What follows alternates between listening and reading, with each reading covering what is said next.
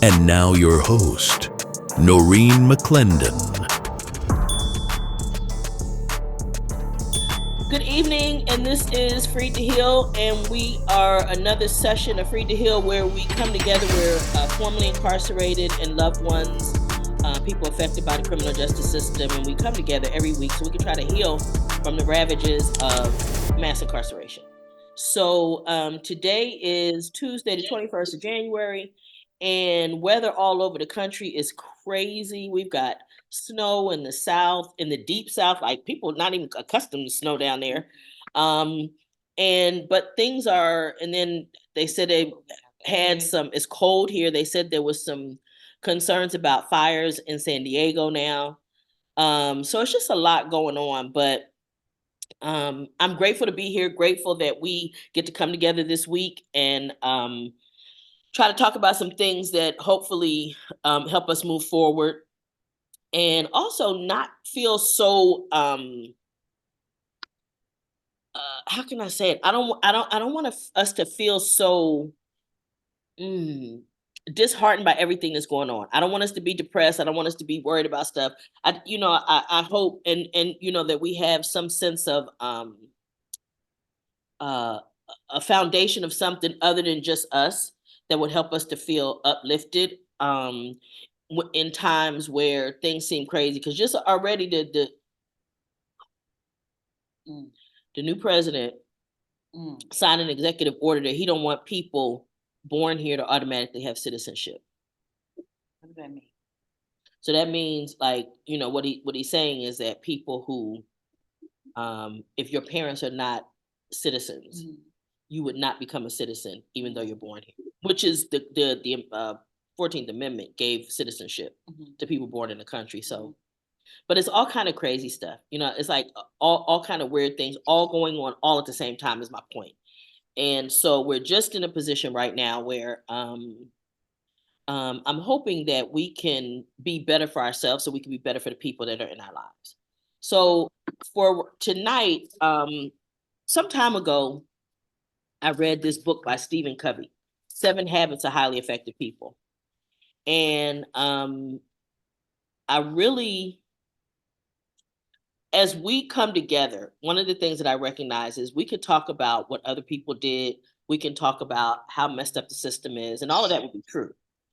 But the issue becomes, what are we doing to make us better? I think I know that is where the rubber meets the road for us. That is where we have the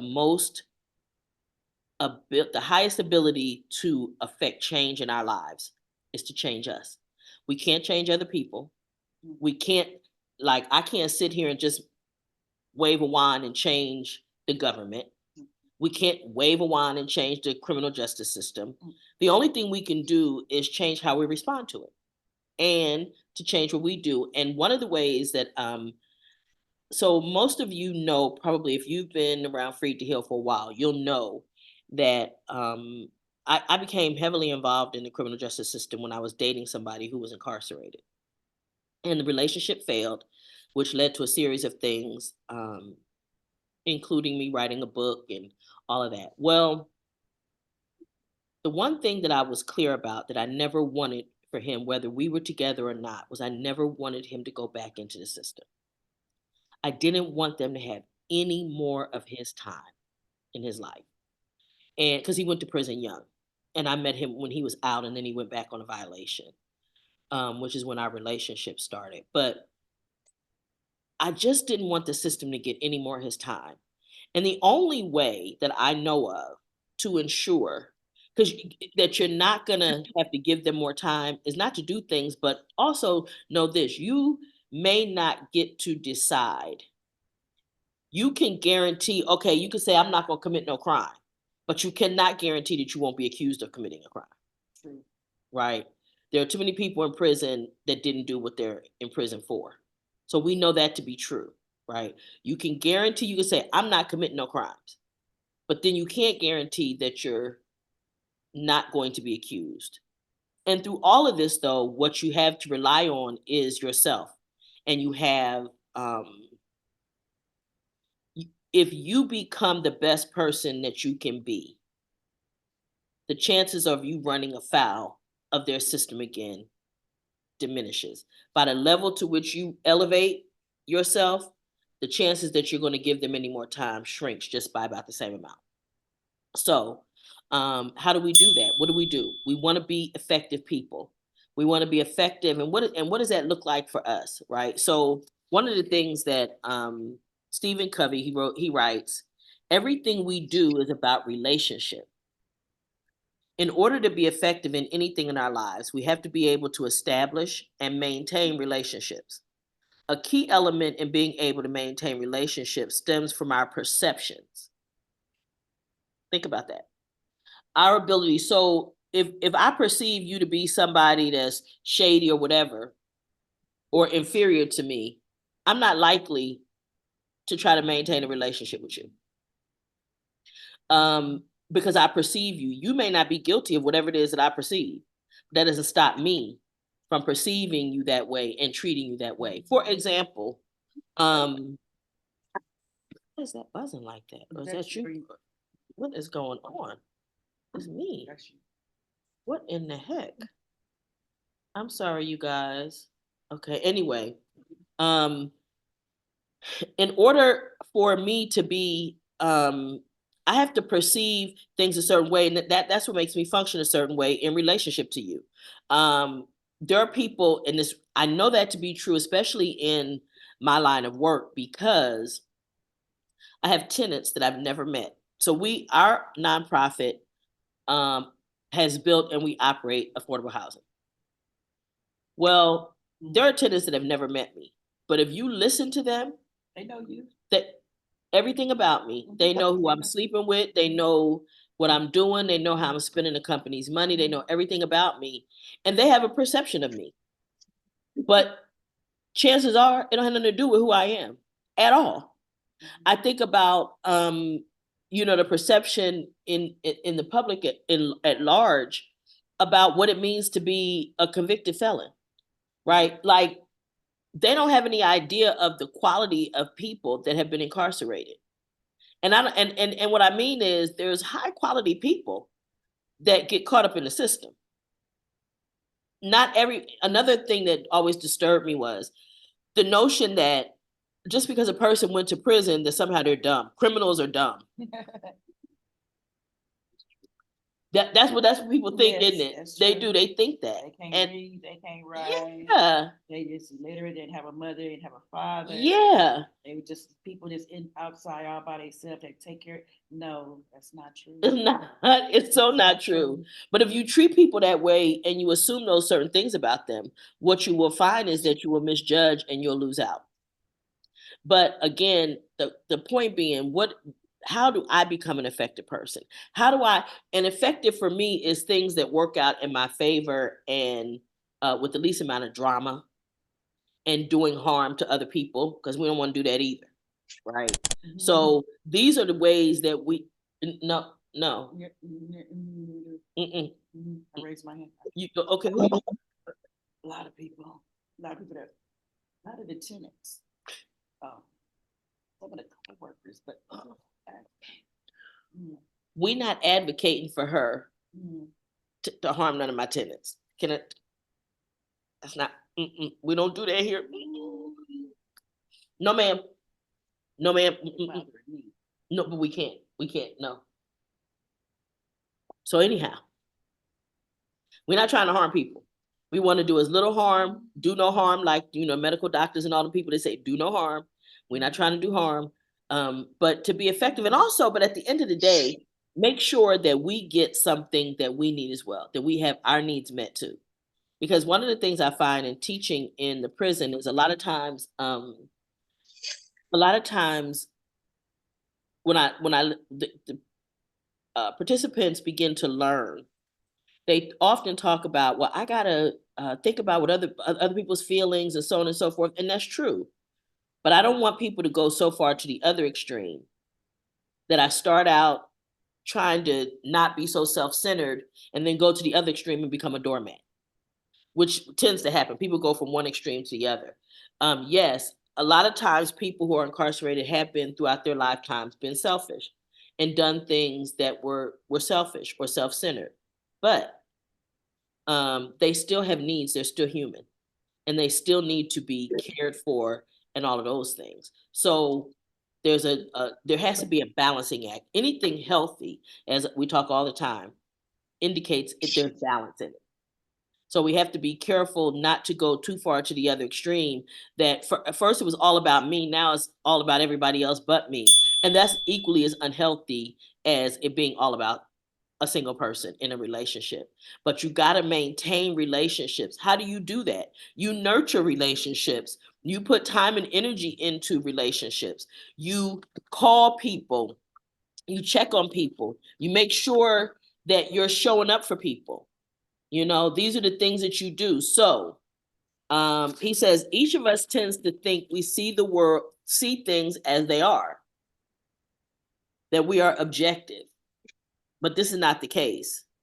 We see the world not as it is, but as we are. Think about that. We see the world through our eyes, and pretty much that's based on who we are, how we grew up, what we think, what we learned along the way. Those are the things that we stick to, and those are the things that we judge the rest of the world. I know a guy who had a bad relationship with a woman, and literally he will tell you in a heartbeat that every woman is like this woman. No, we're not. She cheated on him and took him for his money and stuff. Every woman's not like her, but you can't convince him of that. So he sees the world as he is. He is he has been through trauma. He's been damaged in such a way that he sees the world through the lens of what he went through with this particular person. And no other woman has ever gotten beyond that one thing, that one version or perception that he has of women in the world. And he'll tell you, he speaks with such authority, well, women this and women that. And it's like, no, not everybody, just the one you had, right? Every woman's not the same, just like every man is not the same. So at some point, we want to be effective people. We want to see the world as it really is versus what we perceive it to be. And a lot of times that perception keeps us from enjoying and having how do I want to say it? A lot of times the joy that we could have, we because of our perceptions, we don't allow ourselves to enjoy the moments, enjoy the here and now. Because some people, I know people who are so pessimistic, they're always waiting on the other shoe to drop. Always waiting on the other shoe to drop, expecting the worst. And guess what happens? Then it happens because they produce that for themselves. So we want to see the world as it really is. So we see the world not as it is, but as we are, or as we are conditioned to see it. We see the world as we're conditioned to see it. There's a certain way when you're incarcerated that you have to view the world. It's necessary. It's necessary for survival. There's just a particular way you got to view things. You got to understand there's politics, hierarchy, all that kind of stuff. You got to understand what that is while you're living in that environment.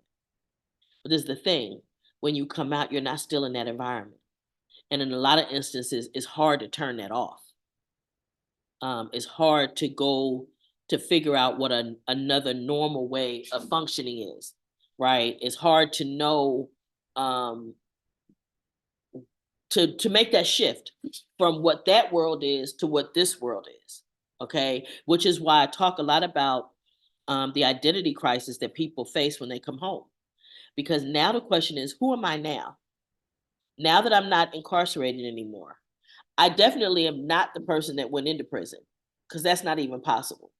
Just the passage of time and the experience of being incarcerated is going to make you different. You're not going to be the same. But who am I now? Because who you are behind the wall is not who you're going to be when you come home, because it's a different existence. So now you got to figure out, who am I? Okay. And again, now you got to figure out and perceive the world as it really is, not as you would like it to be, but what's real about what's going on in the world right now. So there's that concept, and being careful of the fact that just because we perceive it doesn't make it true. Just because we believe a thing to be a particular way doesn't make it true. It may be how we see it, but it doesn't have to be real. So it's very important to, in the second book that I wrote, Living Authentically You, 5 Steps to Personal Peace. One of the things I say is that, oftentimes we have a feeling about a thing, and that's fine. Feelings are fine, but they don't necessarily have to be true. So what we want to do is, ask ourselves, is this really, so if I'm offended by something, the question is, am I offended? Was I actually disrespected or offended, or do I just feel that way because of something that's happened to me in my past, my baggage? Because you got to know what you're responding to. You don't want to react, you want to respond. Right? That's what all the self-help programs will tell you. You don't want to react, you want to respond. So how do I respond?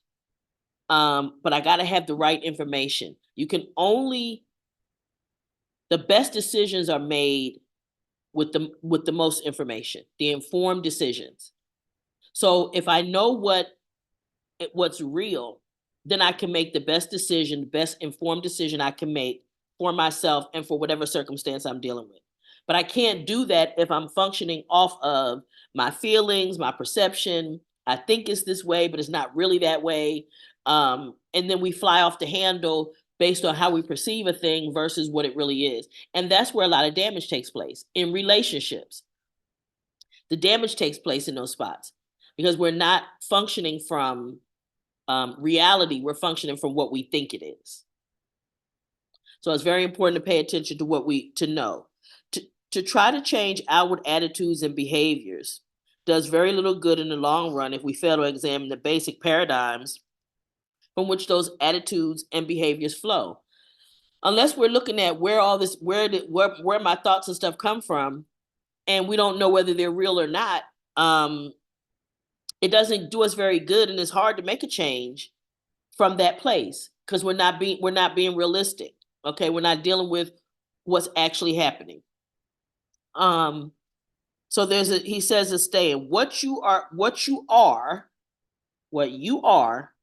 shouts so loudly in my ears, I cannot hear what you say.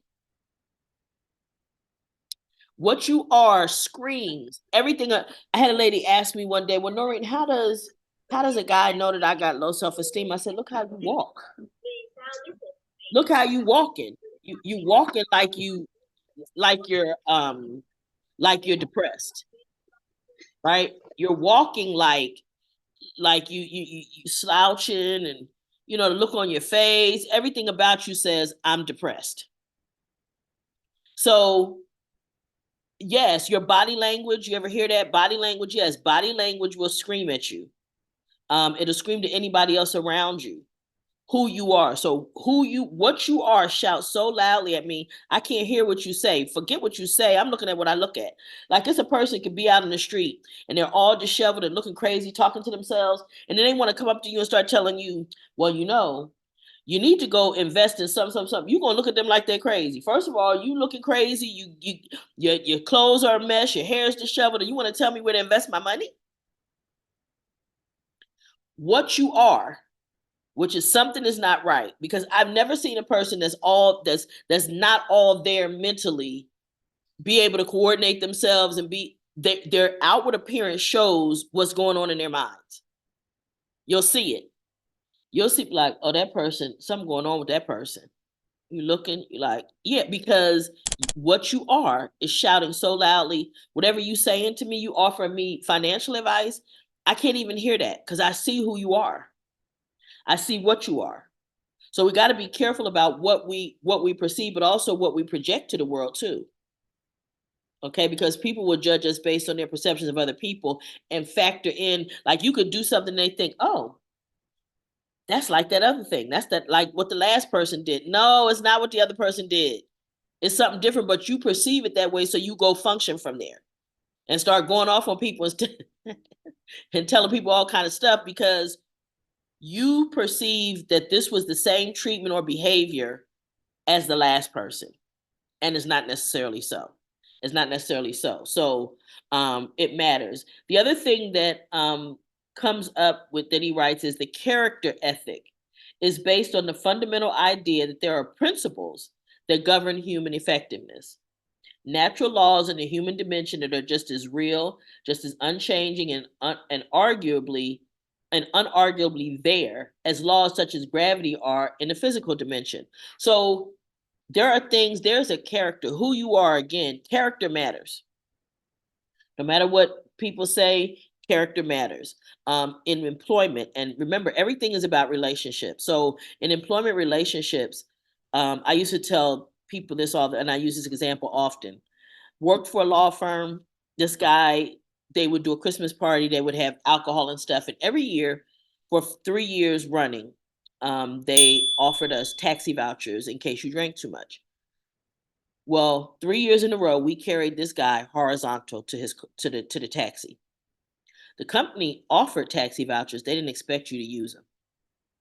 Not on a job, not for the company Christmas party.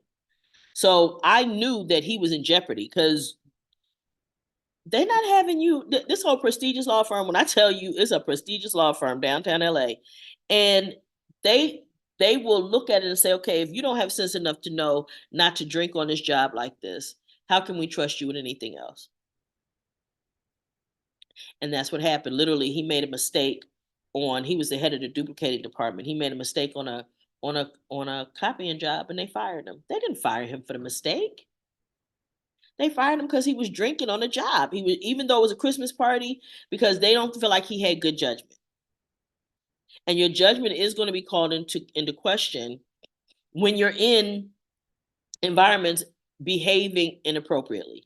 There would be nothing wrong with us having to carry him if we was on our own time. As many times as we ready to carry him horizontally, it wouldn't be a problem. Throw him in a taxi, y'all drop him off at the house, everything is good. But not in the work environment. Not in the work environment. So how you function, people will perceive you a particular way. And again, it didn't mean that this guy wasn't good at his job. It didn't mean that he deserved to be fired. But the perception of him after 3 years running, and I mean literally, we carried him horizontal to the taxi. After 3 years of that, he made a mistake and they let him go. So how people perceive you is important, but what we do with that is also important. So your character, the character that people perceive you to have will follow you everywhere you go. I like the joke. I like this joke about your permanent record. When I was a kid growing up, you didn't want anything on your permanent record, okay? Unless it was something good. Oh, you don't want to do that? They're gonna put that on your permanent record. I don't know where that permanent record is to this day, but I do remember that there was some things you did not want it in your permanent record. Heavens knows you didn't want it in your permanent record. Okay. So, but your character, what's that saying? People may forget what you do, but they're not gonna forget how you make them feel. How you treat people, they're gonna remember how you treat them. They're gonna remember what you did in times when you did or didn't have to. Were you there for them? Did you do the right thing when nobody was looking? Right? So all of that is your character. Those are things that will help define and show other people what kind of character you have and how much they can trust you and how much they want to rely on you, because people are going to be who they are. You know, one of the reasons I say not to rush into intimate relationships is you need to give yourself time to see who the other person is. That's really important. You need to see who that person is and get to know the real them. And that's only going to come out over time. It's only going to come out over time.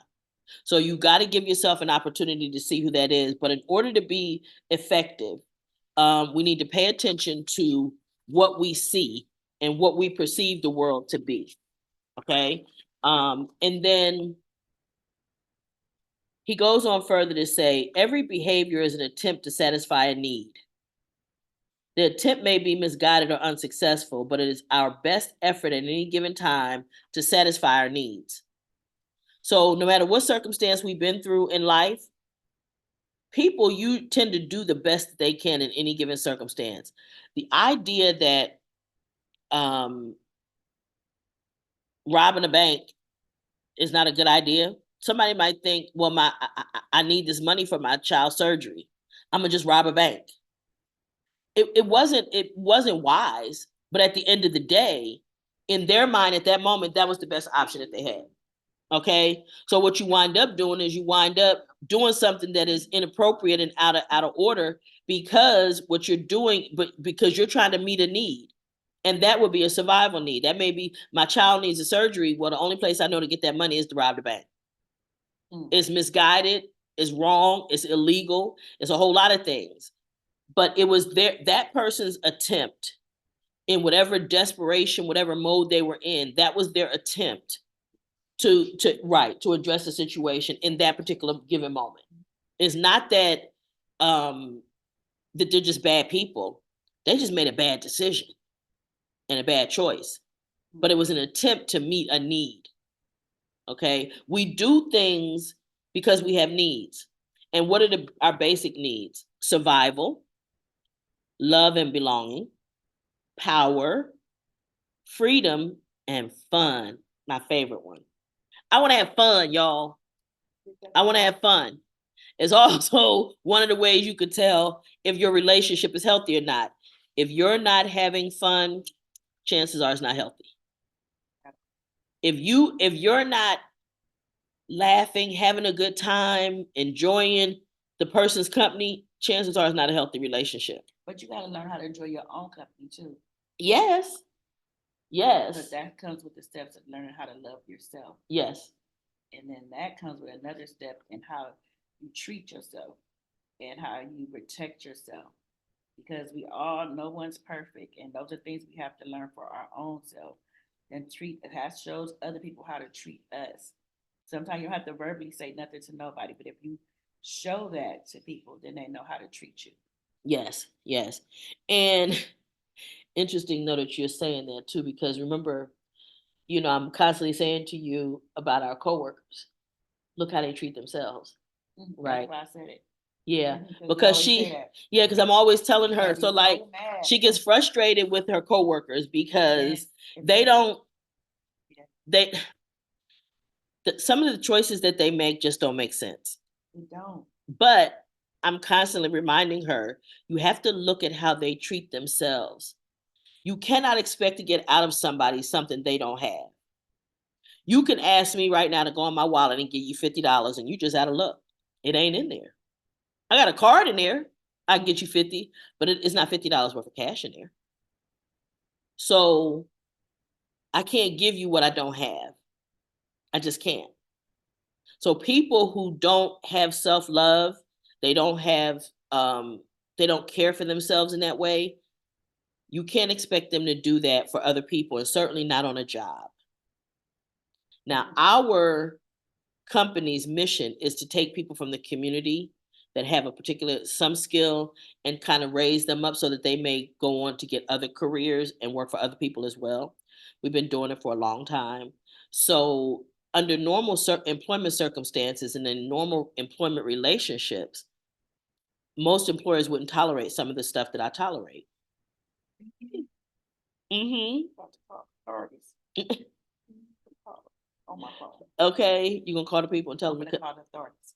The authorities, and you know who they are, right? That's whoever grandma said it was. That's authorities. The authorities, right? Whoever. Okay. So, but we're trying to raise up the level of people in the community. We're trying to give them an opportunity that most employers would not give them an opportunity. But now I'm just at a place where I'm getting older and the patience is not there. And it was costing us too much at the company. So now I have to tighten up the standards a little bit. It's what happens in public policy as well. One thing go wrong somewhere and public policy shifts way to the other end of the spectrum. I'm not trying to go to the point where I'm at doing everything like corporate America, but at the same time, I know I have to rein in some of the dysfunction that was there, and a lot of it has gotten that way. A lot of people got rid of themselves. You want to say something, was Tony? Wait. I saw her. Wait. You can't get away from it now. Wait. Look at that face. What happened? Ready. What happened, Miss Tony? Unmute. Go ahead.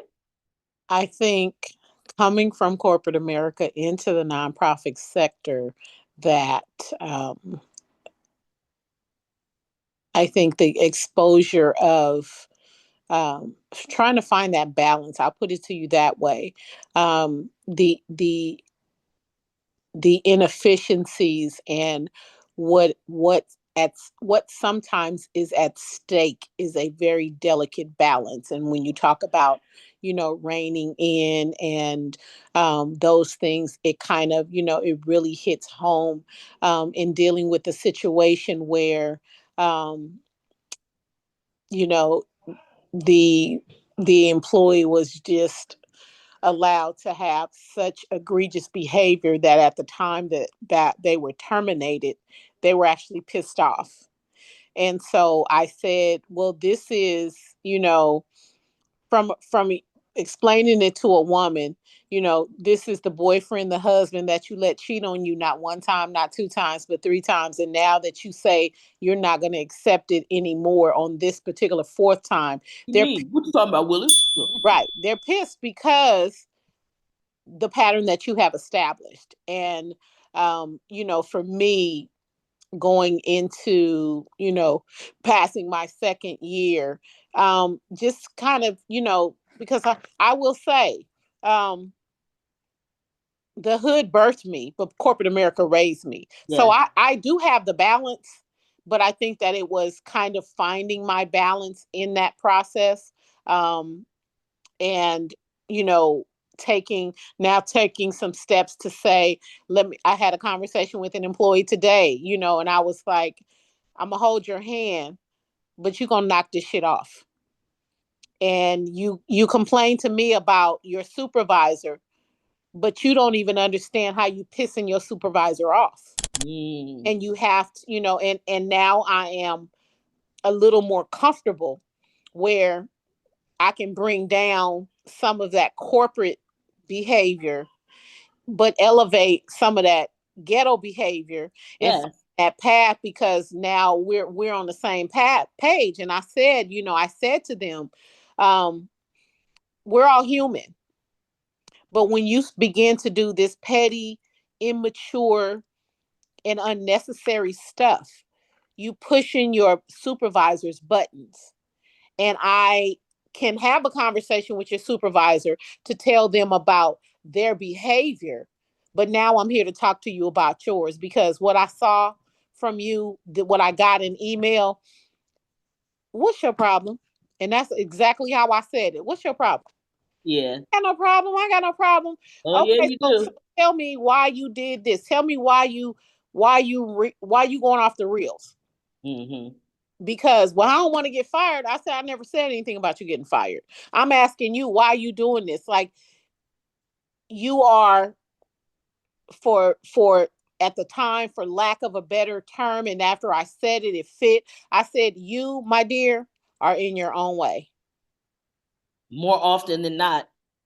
Stop tripping over your own feet, More often than not. but it's a balance. It is. And It's you know what? And the thing of it is, just the way you said, what's wrong with you? Right? That's some hood stuff, right? But it needs to be conveyed in that way right, sometimes for them to be able to get it. You got to translate language so that they understand that there's a situation, and you have to be able to do that at the same time, because remember, other than us and our community, ain't nobody coming down here to help us and employ our people. right. Who's doing that, right? Or if they do come down, they don't have that wherewithal. This is one of the pieces that made me so valuable in my job in corporate America, because trying to have that hood conversation from an HR perspective, none of my peers could have that conversation. They But I didn't know nothing about the hood. Yeah. what's your problem? Uh-huh. But it's finding that balance. But one other thing I want to share, on the back of my business card, people will forget what you said, people will forget what you did, but people will never forget how you made them feel. Maya Angelou, back of my business card. Hello. That's the truth. Isn't it the truth? Yeah. Because guess what? Because it's going to describe your character. It's going to expose your character. Yeah. Your character is what's going to show up, and that's what they're going to feel something about. Right. That's where that's coming from, right? So it's very important for people to realize, do the right thing when nobody's looking. Be the person you want to receive. Be the change you want to see. Mm-hmm. Be those things so that you can attract that to you. Mm-hmm. And if nothing else, I will tell you this: that's not going to say that it's all going to go in your favor if you do. It's not going to say that. No. But what it does say is that when it's done, you will, at a minimum, you'll be at peace. At a minimum, you'll be at peace. Yes. Because you have what my mother used to talk about all the time. I got an answer of a clear conscience, honey. My conscience is clear related to this situation, and I'm not ashamed. I don't have nothing to hide. I'm not ashamed of my behavior. Those are the kinds of things that having integrity, being honest, standing on principle, that's what those things do for you. That's what they do for you. Right. And how I summed it up was, I had to be able to go to sleep. Yes, yes. And when I get up, look at myself in the mirror in the morning, right? I need to be able to do all of that, right? No matter what the company policy is, whatever, I got to be able to live with me. Mm-hmm. And again, being in community work, working with community and trying to help community elevate, I just wind up in a lot of situations that if it was just about employment, these people would be gone. You hush, ad lib. The peanut gallery. No, because she can't help herself. Because me, you had the same conversation today. I had that with all the employees. It was crazy. That same thing you said, I said to everybody today. Just tell me what the problem is. I need to know that I'm trying to help. Right. I'm really trying to help you. So if you could tell me what your problem is, we could probably try to fix it. But sometimes they don't, and sometimes they don't even know. They don't. More often than not, they don't. Tony, nobody conversation. I mean, I get it. I get it. The conversation today, I said, I need to understand why you're asking for that, because your supervisor offered it to you and then you told her no. So why did you ask for it and then turn it down? So you asked for overtime and then you turned it down. Well, it was at night. So you work 8 to 5. Overtime 5 o'clock at night, ain't it? It's already night. So I'm trying to understand, like, what are you asking for? And then you tell me you want to go to church on Sunday, so I can switch your off day from Sunday to Saturday. You said no, thank you. And that's when I said, so what's your problem? Yeah, what do you really want? Because this is that cycle, that vicious cycle that we stepping into, and you want all these things, but it's a give and take situation. You asking to take a whole lot, but you're not willing to give, and then you wondering why your supervisor, who doesn't have all of the communication skills that I have, is treating you the way. They're frustrated as fuck with your ass. Mm-hmm. To put it blunt. And guess what? That person was not effective in getting what they needed or wanted. You understand what I'm saying? It's not effective. Whatever you're doing, you ask for something and then you turn it down. Okay, that's not an effective way to move forward with any. Okay, so like you say, what's the matter, baby? Just tell me the truth. What is the real problem? Person's promotion in my hand. And so I broke it down for her and I told her, you acting immature and you acting a bit irresponsible. And we're looking to promote you, but these are the things of how I need to explain to you why you haven't made that next step. Do you understand what I'm saying to you? because I don't want to then promote you and then 3 months down the line we having this discussion over again. But I'm also not trying to dangle the carrot. I want you to be able to perform and do what you need to do, but don't make me go back on my word, and I'm not asking you to be perfect. But this right here, this is why you're having the struggles that you're having with your supervisor, because you being real bipolar right now. And if you bipolar, let's recognize that. But I need to understand why you're doing what you're doing, and how do we get to a general consensus, because there's a lot on the line, so. You know, Tony, that a lot of people don't, most companies are not going to do what you did. Most HR professionals, they're not going to, big companies, they're not sitting down, okay, what's the matter? You know what I'm saying? You probably did. Well, but that's the one of the things in the job that I did for 20 something years. The rules were not written on paper. And so I had that opportunity, especially in dealing with us, to have those conversations to say, before you cost yourself your job, let me explain some things to you. And I had built a mantra. I would tell people, the rules that I'm explaining to you, they apply to me as well. Just because I'm HR, I'm not absconded from those rules. So what I'm explaining to you, I'm trying to break it down in layman's terms so you really understand the position that you're in and what you have at stake. I might not like all of the rules, and some of the rules I didn't like, but it's my job to explain them to you so that you can make the best and most informed decision for yourself, because you don't have to like the rules. no, but if you You want know, the paycheck, you're going to have to follow them. Exactly. If you want to right, see, that's the rules to getting the money. See, people talk. Listen, you got to. If you want that money, you're gonna have to do the work and follow the rules. And right, these are the criteria under which you're right. gonna get this money on payday.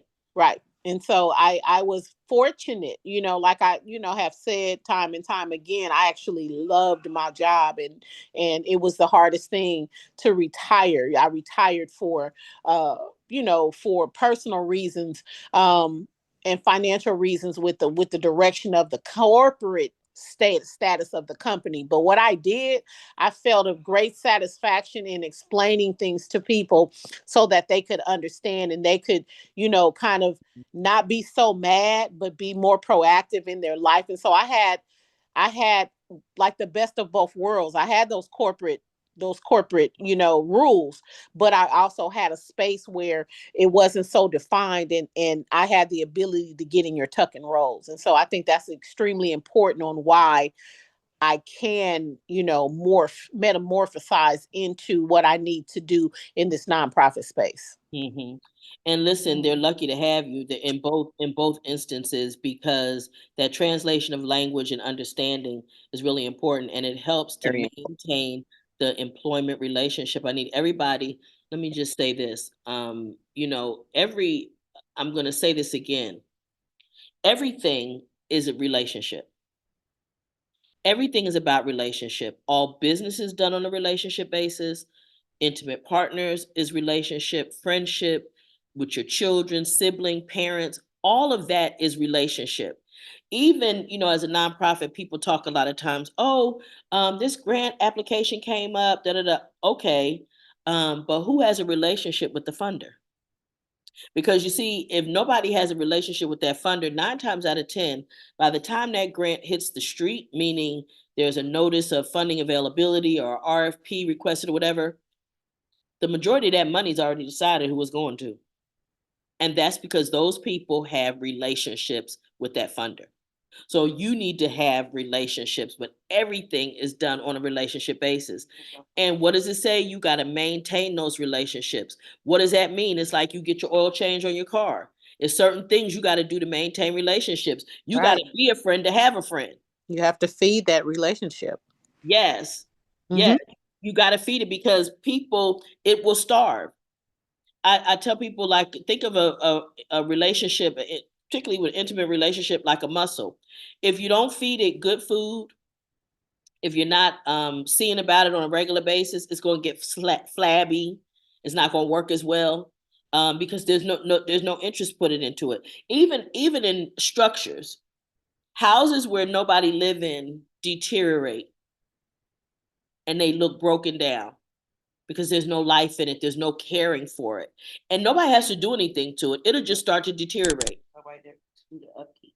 Right. And but something has to be done to maintain the relationship. So for us, as people who have either been incarcerated or have loved ones who are incarcerated, we all certainly want to be living the most effective lives that we can. We want us to be effective, and we want those that we love to be effective. One of the best ways to help other people be what you want them to be is to be that example for them. Forget what you say. Walk that walk. Walk that walk, and people will follow that. But what we do a lot of times is we like to talk about it, and we want to, like, especially when, as parents, we want to tell kids what to do, but we don't want to live that. They see you, they see what you're doing. They're going to follow what you do and not what you say. They're more likely to mimic your behavior than mimic what you say. So I know it's a little bit like right around 7. I just wanted to give everybody an opportunity. Anybody wanted to chime in real quick? In fact, okay, then what I'm going to do is I'm going to come to you, D-Dub, and I'm going to ask you to unmute and tell me your thoughts on the topic tonight. You still got that beat. That was a lot covered there, but a lot of corporate versus nonprofit. And I work for a nonprofit. I haven't been in the corporate world. It would be, I think, too much for me right at this time, just only being out, whatever, a year and 8 months.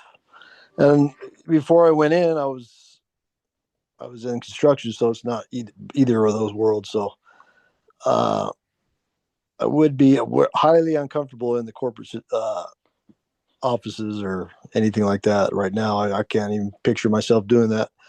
Although, I mean, I could have aspirations towards that or feel like I can belong, but I just don't know if I could cultivate those relationships you're talking about. Coming out of there for so long, I mean, it's hard to make it, to form relationships to begin with. I And how feel long were that's you what I'm gone? feeling. How long were you gone? 28. Yeah. That's Yeah. So, but see, when you earlier you talked about how we perceive the world from inside of there as opposed to out here, and I was thinking that I had to hire